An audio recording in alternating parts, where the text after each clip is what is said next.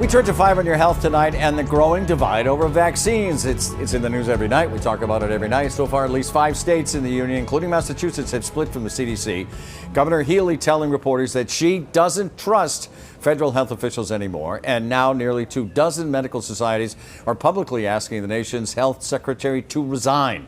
Joining us live here in the newsroom is Dr. Scott Hadland, chief of adolescent medicine at Mass General Brigham for Children. So it used to be simple, right? It's not simple anymore, right? It used to be simple, didn't it? Yeah, it used to be simple. We used to have all these different organizations, including at the head, at the national level, the CDC, the Centers for Disease Control and Prevention, make vaccine recommendations that were consistent across all these different organizations, professional organizations, states. Yeah. Now the CDC has actually started to, indicate that it may differ in terms of its approach to vaccines, along with the FDA. So it is creating a confusing landscape. The CDC, as you said, would look at the data. They would talk to experts. It release its recommendation for different vaccines, and then obviously you would take all of those recommendations and you would share them with your patients.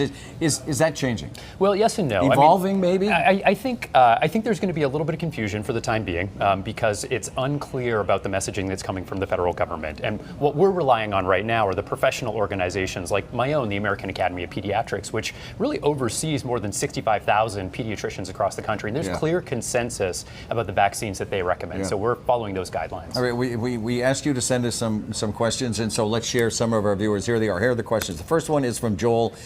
Do you think healthy kids need COVID shots? It's a great question, and I certainly appreciate it. We do recommend COVID vaccines for healthy children. Here's why. The first reason is that COVID vaccines have been associated with, in kids, lower rates of infection, symptoms, hospitalization, severe infections. And so all of these reasons, all of these sort of like potential bad outcomes tell us as pediatricians that we can help prevent those by vaccinating kids. So that's reason number one. Reason number two that many families might consider vaccinating their child against COVID is that they might have vulnerable folks at home, right? I'm thinking about folks who are older, or folks who have medical conditions, folks with cancers who may, may have immunocompromised, and so vaccinating children helps to protect loved ones at home too. And here, this is another one, and this one came from Sonia. Take a look at this one.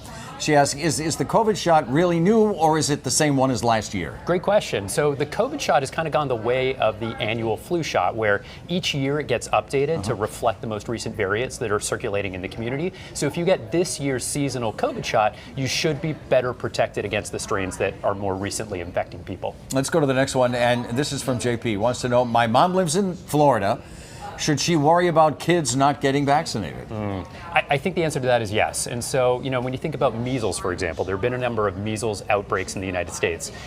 Those measles outbreaks have happened because there are enough people in communities who have not gotten vaccinated. Right. And so measles is able to sort of break through. Right. People who are immunized against measles can still get measles in one of these outbreaks. Usually it's a milder case, but they're not perfectly protected. And so we really need entire communities to be vaccinated. Now, I think the reassuring thing is that if you ask Americans across this country, across political parties, 8 out of 10 Americans actually support school vaccine mandates. 8 out of 10, 80%. Right, exactly. So most Americans are on board, and they think that kids and families should be vaccinated. And so I really want to lean into that and really support the idea that most people think this is a good idea. And if we do it, we can protect people. Dr. Hadland, it's great to see you as always. Thanks for coming in. Folks, thanks for the questions. They were terrific. Maria, to you.